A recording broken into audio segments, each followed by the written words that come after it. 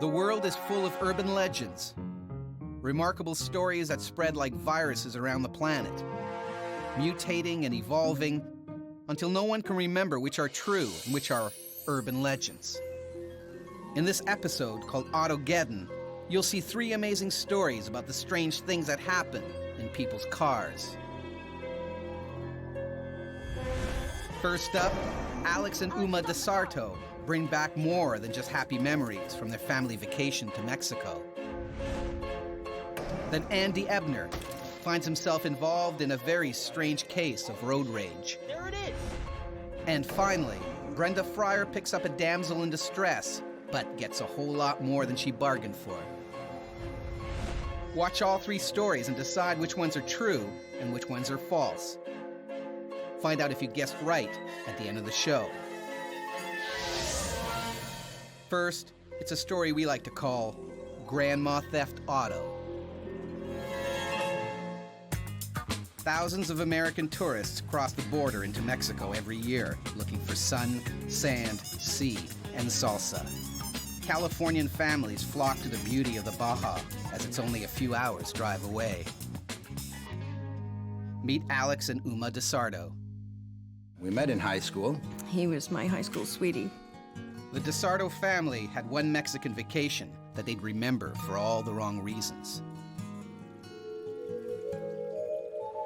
At the end of their 1979 vacation, Alex, Uma, the kids, and Uma's mother set out home for California. We had a wonderful time. It was nice. It was a trip that we'd been looking forward to. We had a wonderful week together. So we got underway, and everything seemed okay. After a little while, Mom was a little tired, so we let her lay down on the back seat, gave her a pillow, and let her make herself comfortable. And I thought, well, that's good. She'll have a rest. 5 miles from the U.S., Uma prepares herself for the border crossing. So I started getting everybody's passport out. The only one she doesn't have is Grandma's. I asked Gil if he could please wake her up. Grandma, time to get up. You know, says Grandma and tries to get her up. But Grandma does not wake up. So he tries again, and this time he does it pretty hard, and still nothing. And I turned around, and she's just sort of very, very still. Alex, stop the car. We all got out of the car, and I'm sure everybody, by this time, everybody was feeling something was really, really wrong. Well, I checked her wrist, and then I checked her neck, and I realized, oh my God, she's gone. Grandma passed away peacefully, but her death sends the family into shock. The kids were just freaking out. I was freaking out. I was beside myself at that point. I didn't want to openly freak out, but believe me, I was freaking out. As the initial grief subsides, they debate what to do with Grandma. We decided that we were going to cross the border and keep Grandma in the back seat. I know it sounds crazy, but we just wanted to get her home. There was no way that we wanted to try and deal with the Mexican authorities, especially at a time like this. The kids refused to get in the car with Grandma's corpse. The kids would have nothing to do with it. They were terrified to get back in the car with Grandma's dead corpse. So Alex, amazingly, just took care of it.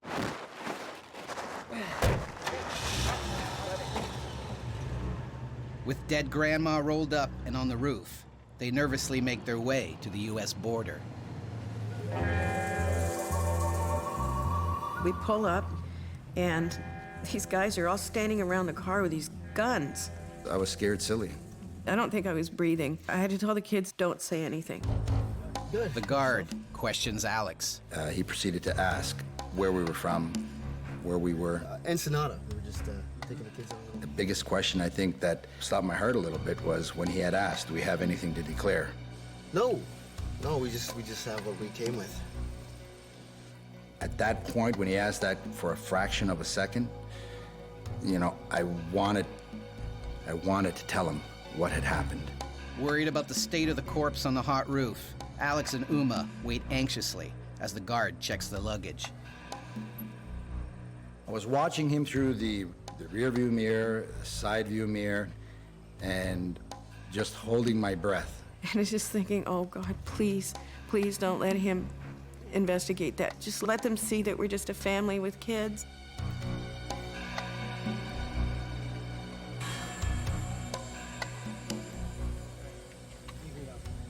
When he gave us the go-ahead and we crossed over, Have a great day. we were just so relieved. Luckily, the guard waves him through. And that was a huge relief. It was a fantastic feeling. But that's not the end of the road for Grandma. We hadn't had anything to eat or drink. We thought, you know what, let's just pull off here, get a little bite, just kind of collect ourselves.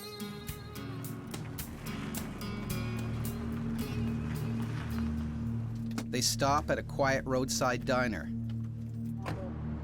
So we took a seat outside. And we were looking at menus, and all of a sudden I see Alex is kind of looking. And we hear the engine start up on the car, and I look around, and it's sure enough, it's our station wagon. The DeSardos are too stunned to move. Car just drove off. And we never saw the car, our properties, or Grandma again. Disappeared into the sunset, as it were. So is this story real, or is it just an old wives' tale? Find out. Mini myth number 115. Dude, where's my car? When 19-year-old Dan Tanner drives home after a night of drinking, the police pull him over for erratic driving. As Dan is being breathalyzed, the cops are called away to deal with a car crash close by. Sensing a chance to escape, Dan makes his getaway. The next morning, Dan is woken by the police. He lies and tells them he's been sick in bed all night. The officers look at each other, laugh, and order him to open his garage door. Confused, Dan complies, only to reveal a police cruiser with all its lights flashing. So did Dan really cop the wrong car, or are we making false accusations?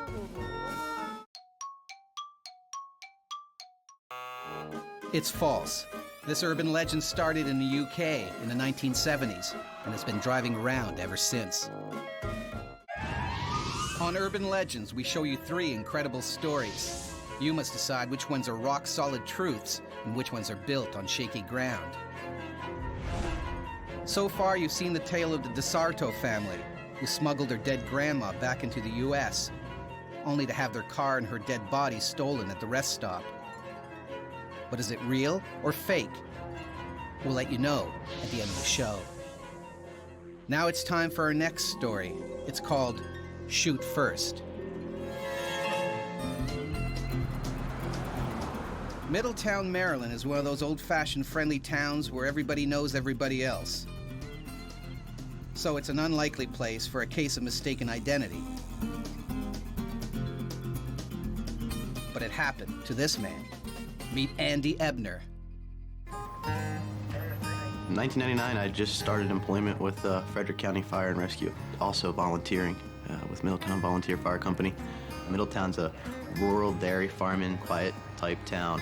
We kind of have a little bit of the we take care of our own type mentality. But Andy had to take care of himself when he ran into a local vigilante. In August 1999, Andy is on his way home from fighting a nearby forest fire. While I was driving down Mountain Church Road, I noticed a pickup truck behind me.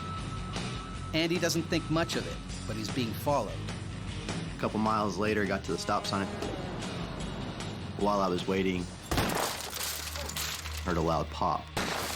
The back window exploded. I did feel glass shards hitting the back of my head. Luckily, he's not hurt. And being a man of action, Andy goes to investigate. Coming out of the truck, I was very, very agitated, angry. The driver of the pickup behind has a nasty surprise for Andy. Once I saw the shotgun barrel, my heart stopped. Andy realizes why his rear window exploded. The pickup driver had shot at him. I immediately put my hands up in the air, stepped away from the truck, started backing away. I remember him shouting, He was very aggressive, seemed very angered. The gunman is looking to settle a score, vigilante style. Yelling to tell the other person to get out of the truck, for me to get away. He was very angry, hostile, waving the gun around. He wanted the other person in the pickup truck to get out, which there was nobody else riding with me. He just seemed very agitated until he figured out I wasn't the guy that he was looking for. And the person he was looking for was not in our truck. As the gunman realizes his mistake, he drops the vigilante routine. He had a little shift in attitude where he lost his aggressive nature. He then put the shotgun down on the seat of his pickup truck. And I wanted to know at that point in time, the table started turning. I wanted to know why he was shooting at me, why he's shooting up the truck, what gave him the right to be out shooting other people's trucks up. Hey, did you find what you were looking for?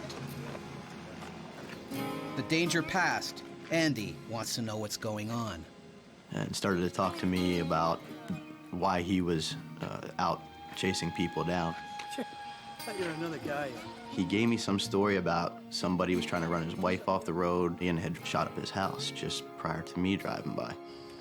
Realizing it's a case of mistaken identity, now it's Andy's turn to get road rage. You know what? You just blew out my window! Maybe I got the wrong guy. What are you gonna do about it?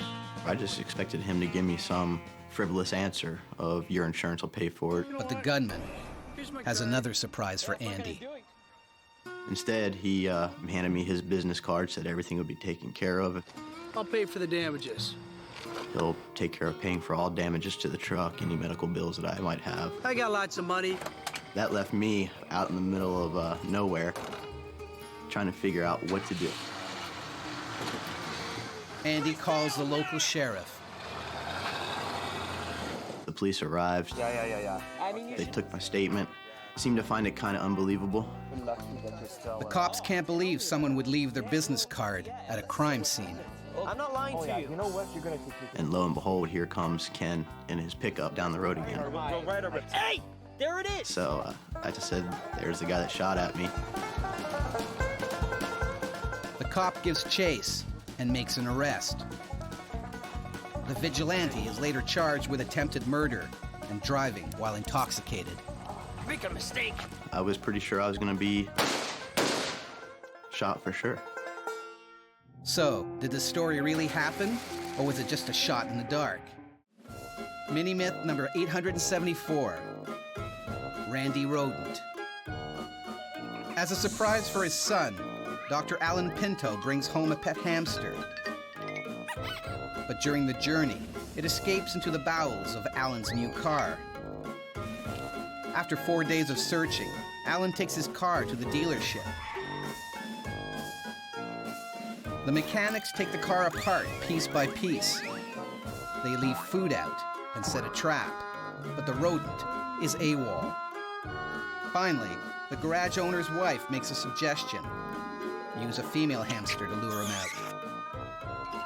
And lo and behold, the hamster emerges. So did the mechanics really dismantle a new car in search of a horny hamster? Or do you smell a rat? It's true, and for their trouble, the mechanics handed Dr. Pinto a $300 bill. On Urban Legends, we show you 3 incredible stories. Your job is to sort the terrifically true from the farcically false. So far, you've seen the tale of the dead grandmother who was smuggled back into the country on a roof rack, only to be stolen by a car thief. And the story of Andy Ebner, the man who was mistakenly shot at by a vigilante and then used the gunman's own business card to help the police make an arrest. But which of these stories are the real thing? All will be revealed at the end of the show. Now it's time for our final story. We call this one Harry Hitchhiker. While you won't find any bison in the city of Buffalo, New York, you can find a stampede of bargain hunters in any one of the city's many outlet malls. Meet Brenda Fryer. She's a self-confessed shopaholic. I love to shop. I don't get a chance to very often, and when I can, I want to go to the best place. There's nothing better than getting the best deal. There's this one particular outlet mall that my mom loves, my sister loves, like that's the mall to go to. It has great sales. But on one particular day, Brenda got a whole lot more than she bargained for. In August 1989, Brenda is on her way home from her favorite outlet mall. The only problem is you do have to drive through a seedy part of town. I saw a car on the side of the road, which is not unusual, but I saw that it was a woman. Brenda decides to lend a hand. Are you okay? She came right to the car, opens the door, and gets in. Just wasn't natural. Brenda notices that there's something not quite right about her new passenger. I could tell right away. There was something off. If you could give me a ride to a service station, that'd be really great. Those hands were not delicate hands of a lady. Those hands were definitely hands of a man. When she adjusted her scarf, she had this huge Adam's apple. And the more I see, my heart is beating a mile a minute. It was becoming very clear to me that this is not the situation that I thought I was getting myself into. Brenda never would have stopped if she had known that Tanya was actually Tony. I knew that I had trapped myself with somebody whose intentions definitely were not what I thought they were. Brenda can't work out if Tanya is a real transvestite or if it's just a disguise. So now I'm vulnerable. I knew that chances were that I wasn't going to arrive at that service station. So I was looking around for any escape. Spooked, Brenda spots what she thinks is her salvation. As soon as I see the hitchhiker, didn't look like a typical Skid Row inhabitant, I pulled over. Hi. Hi there. I didn't care where he was going. I would have taken him anywhere. I just felt such relief that I had this other person with me. She starts to make small talk with her new passenger. Driving along, I'm much more relaxed now. So what are you studying in school? Criminology. Don't turn around. That's when I felt the gun at my neck. No, just keep driving. It looks like Brenda's faith in safety in numbers is badly misplaced. I thought my life was over, and I absolutely just went numb. The hitchhiker is directing them to an isolated spot. He went to wave me to pull over. Suddenly, the transvestite grabs the gun, opened the back door, and held him at gunpoint. I was completely and utterly shocked. Tanya expertly renders the hitchhiker powerless. There's a girl that knows how to handle herself. I just went from saying my last prayer to suddenly, here I am and you're my partner. Brenda sorely misjudged her transvestite savior. Now I'm starting to see her in a completely different light. Like, what would I have done if she hadn't been in the vehicle? As they pull up to the body shop, Brenda thinks she's seen it all, but Tanya has another surprise for her. As she's going to get out of the car, she grabs her purse, it tips over, and there in her purse is a gun, rope, pepper spray, a knife. Before Brenda can find out who or what Tanya really was, he's gone. I have no idea what she was up to, but I know that I could have been a victim. What he was going to do with the contents of his purse remains a mystery. She saved my life, and I'm not so sure that that was her intention when she got in my car. So is this story true, or is it just lipstick on a pig? You don't have to wait too much longer to find out. Mini-myth number 224, call waiting. Would-be criminal mastermind Ruben Karate walks into a Chicago muffler shop, planning to rob the joint. Terrified, the employees tell Ruben the safe is locked and only their boss holds the combination. Being on the pragmatic side, Ruben leaves 2 phone numbers and tells the employees to call him when their boss returns. When the boss gets back, the obliging employees give Ruben a call. He returns that afternoon and finds the cops waiting for him. So, is this clueless criminal caper true, or is it just a con? It's true. 18-year-old Ruben really did leave his telephone numbers. When he returned, the cops shot him in the leg and then charged him with attempted robbery and assaulting a police officer.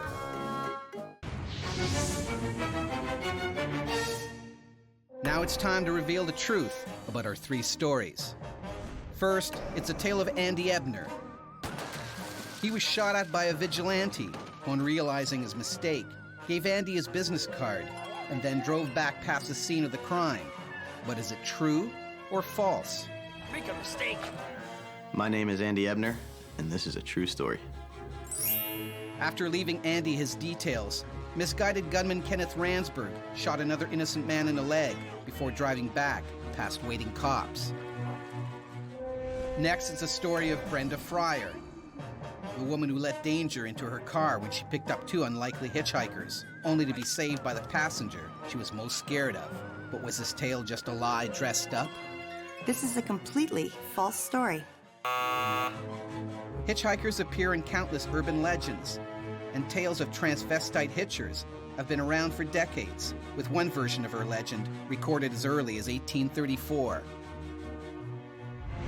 Which leaves the story of the grandma who died while returning from a Mexican vacation. Her family managed to smuggle her into the U.S. on a roof rack, but the car and grandma's body was stolen at a rest stop just over the border. So is it true or false? The tale you just heard is a false story, not real at all.